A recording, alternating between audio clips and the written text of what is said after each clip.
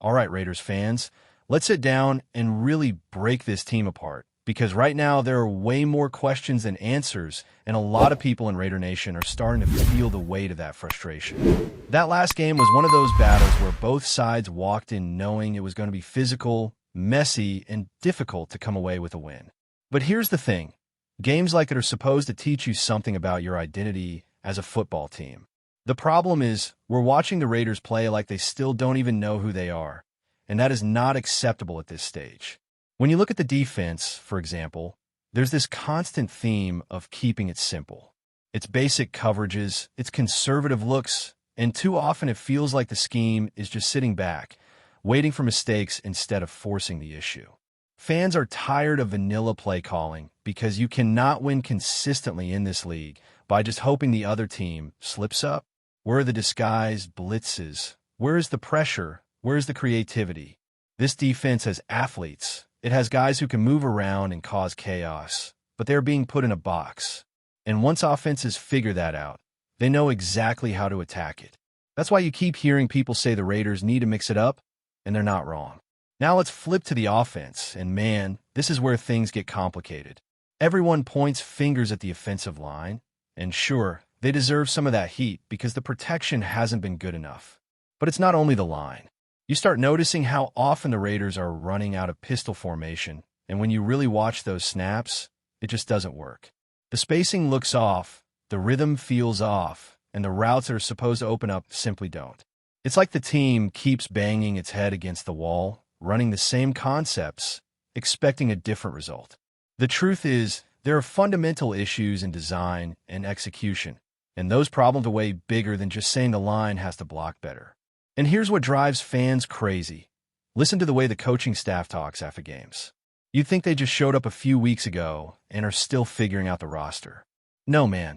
You've had plenty of time. This isn't a preseason evaluation anymore. This is the real thing. Every week we hear about adjustments, but the same mistakes keep showing up on Sundays. It makes you wonder if the staff really trusts the players they have, because if they did, why are we still watching these strange rotations, these questionable lineup decisions, and this hesitation to let certain guys take the field? Take the Jackson Powers-Johnson situation. This is the one that's got the whole fan base scratching their heads.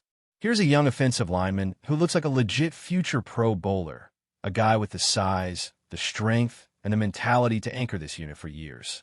And yet, for some reason, he's stuck fighting for a spot while others who clearly aren't performing get chance after chance. If you ask most people in Raider Nation, they'll tell you straight up, JPJ should already be starting, and the fact that he isn't is nothing short of bizarre.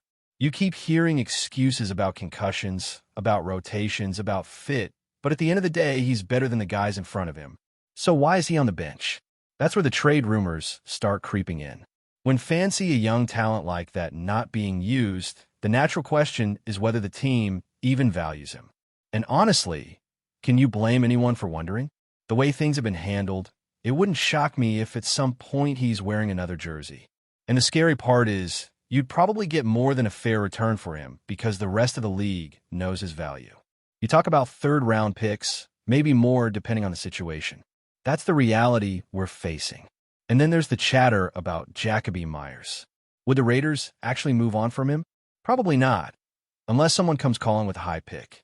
He's got chemistry with the quarterback, he's reliable, and the younger receivers still aren't ready to carry that load by themselves. But if the losses pile up, if the season starts slipping away, then yeah, you can bet more and more of these conversations are going to happen. Because that's what losing teams do. They look at who they can flip for future assets. And that's a dangerous cycle to fall into if you're trying to build something stable. Confidence in the offensive line is at rock bottom, and it doesn't matter how you spin it. Ask 10 Raiders fans what their trust level is in that unit, and you're going to hear numbers like 1, maybe 2, if JPJ is starting. That's the sad reality. The line has been pushed around too often. Guys are getting bullied at the point of attack, and without some serious physicality up front, you're never going to be able to run the ball consistently or give your quarterback time to breathe. JPJ is the kind of player who changes that tone, who brings the nasty edge you need in the trenches. But if he's not on the field, this group doesn't have that bite. Now, when you look at the coaching staff, this is where the frustration really starts boiling over. Fans are already calling for changes, and the noise is only going to get louder. Names are being thrown around, and people are starting to wonder if certain assistants are even going to make it to the end of the season. You've got games coming up against teams like Chicago, a defense that ranks near the bottom of the league, and if you can't look competent against them, then when are you ever going to? That's the question everyone's asking. Because if you fail in a game like that, it doesn't just expose your flaws, it exposes your coaching. And let's be real, the schedule doesn't get any easier. You got Indianapolis, you've got Tennessee, and then Kansas City in Week 7. Raider Nation knows what's coming, and they know that by the time the bye week rolls around, this team has to be at least 4-3 if there's any hope of staying alive in the playoff race. Anything worse than that, and you're digging yourself out of a hole that might be too deep. What makes this all tougher is the way the head coach carries himself. Fans are noticing that same stubborn vibe they hated from Josh McDaniels. That attitude of, I know better than anyone else. I'm going to do what I want no matter what the stats or the tapes say. That's the fastest way to lose a locker room.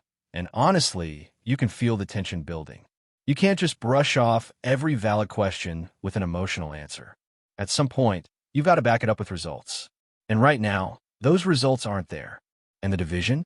Forget about the whole AFC West making the playoffs. That's just not happening. The Chargers look like the only real threat right now, and even they've got holes. The Broncos are a mess, the Raiders are stumbling, and the Chiefs, while not looking as dominant as usual, still have the pedigree to figure it out. If you're being honest, the Raiders don't look like a playoff team right now, not with the way they're playing. And that's a tough pill to swallow for a fan base that's been waiting far too long for consistent success. As for the wide receiver room, there's been a lot of buzz about Trey Tucker. He's flashed, no doubt about it. The speed, the explosiveness, it's all there. But is he truly ready to be the number one option? Not yet. Targets tell the story.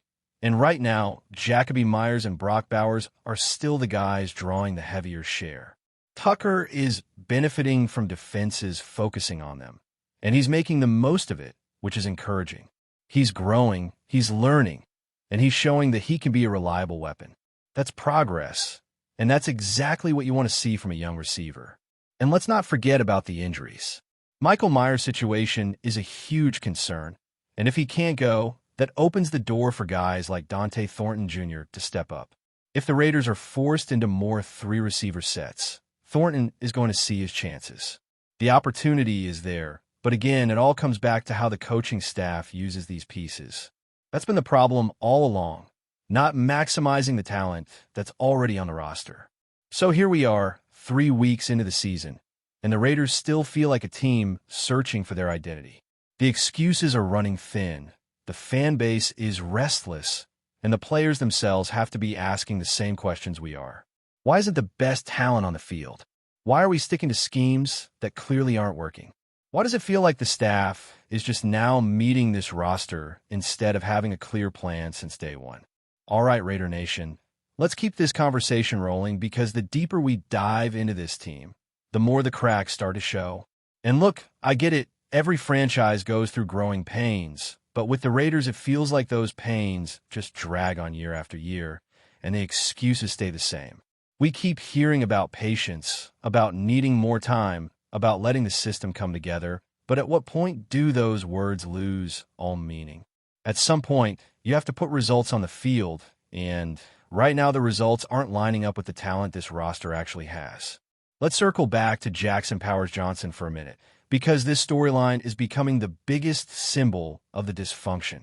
Here's a guy who was drafted to solidify the offensive line, who by all accounts has the ability to anchor this group for the next decade.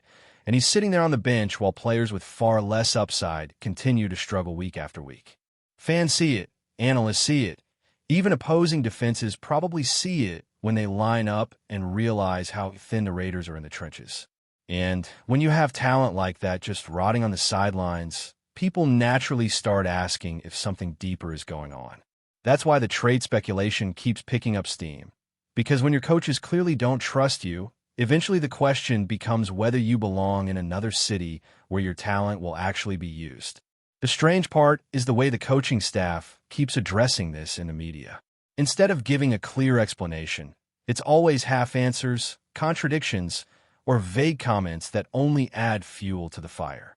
One day it's about injuries, the next it's about scheme fit, and then it's about giving other players a chance. But the truth is simple. None of those reasons explain why someone of his caliber isn't starting. That inconsistency is what's driving the fan base crazy, and honestly, it's making people lose confidence in the direction of this staff. And while we're talking about questionable decisions, let's not ignore how the front office handled the draft. Passing on certain prospects who could have stepped in immediately to help this offensive line, and then doubling down on picks that don't address the core issues, is the type of miscalculation that haunts franchises for years. It's one thing to gamble on a flashy player when your foundation is solid, but when your foundation is crumbling and you keep ignoring it, that's just negligence. And fans know it. That's why so many people are calling what happened on draft night malpractice. You can't keep talking about valuing the trenches and then show with your actions that you don't. Another major issue is the offensive identity. What exactly is this unit trying to be? Because right now, it looks like a bunch of mismatched pieces thrown together with no clear vision. Too many pistol looks that don't go anywhere, too many routes that collapse on each other, and too many drives ending in frustration. The quarterback is under constant pressure. The run game has no push, and when you can't establish anything at the line of scrimmage, the whole playbook shrinks. That's why the offense feels predictable. And when you're predictable in the NFL, you're dead in the water.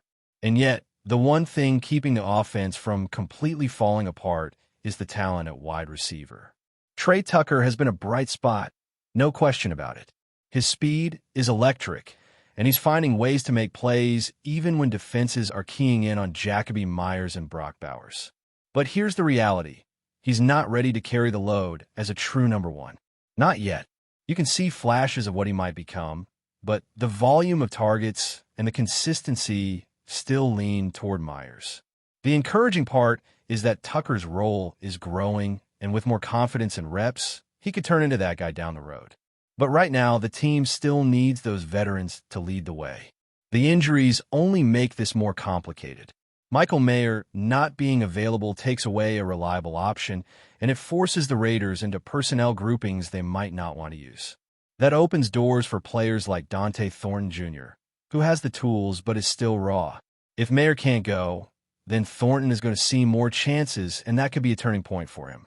But again, it all comes back to whether this staff knows how to maximize these players. Because talent without proper usage is just wasted potential. Before we continue, don't forget to subscribe to our channel and give this video a like. Your support helps us keep bringing you the latest updates on our Las Vegas Raiders. And don't be shy.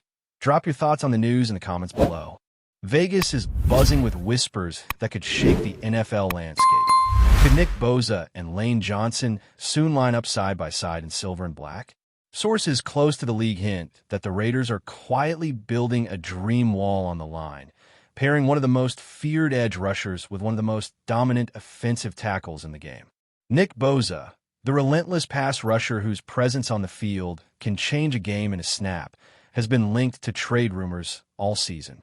His ability to collapse pockets and terrorize quarterbacks is the kind of talent any team would kill to add, and the Raiders appear poised to make a move that could rewrite their defensive identity. On the other side, Lane Johnson, a stalwart of the Eagles' offensive line, has long been recognized for his combination of technique, strength, and experience. A protector of quarterbacks and a punisher of defenders, Johnson's name has floated in trade speculation more than once, but pairing him with Bosa in Vegas could be the kind of headline that sends shockwaves through the league. Imagine a Raiders line where Johnson marshals the offense with his trademark dominance, while Bosa becomes the centerpiece of a defense that could rival the league's elite units. It's not just about star power, it's about synergy. Johnson's leadership and Bosa's explosive instincts could create a push-pull dynamic few teams could withstand. The thought alone has fans buzzing in local bars and online forums alike, with speculation running wild. How would this duo reshape the Raiders season? Could Vegas become the new frontier of NFL supremacy? While nothing has been officially confirmed, insiders suggest the Raiders' front office is quietly exploring options to make this fantasy a reality. If the stars align, the silver and black could be on the brink of a new era, one where their line is as much a talking point as their flashy offense and growing fan base. The NFL loves a rumor, and this one has all the ingredients. Marquee names, a bold city, and the tantalizing possibility of a new dynasty forming right in Las Vegas. That's it for this update. If you enjoyed the video and want to stay updated with exclusive news about our Las Vegas Raiders, be sure to subscribe to our channel and hit that like button. We can't wait to hear your thoughts in the comments. See you in the next video.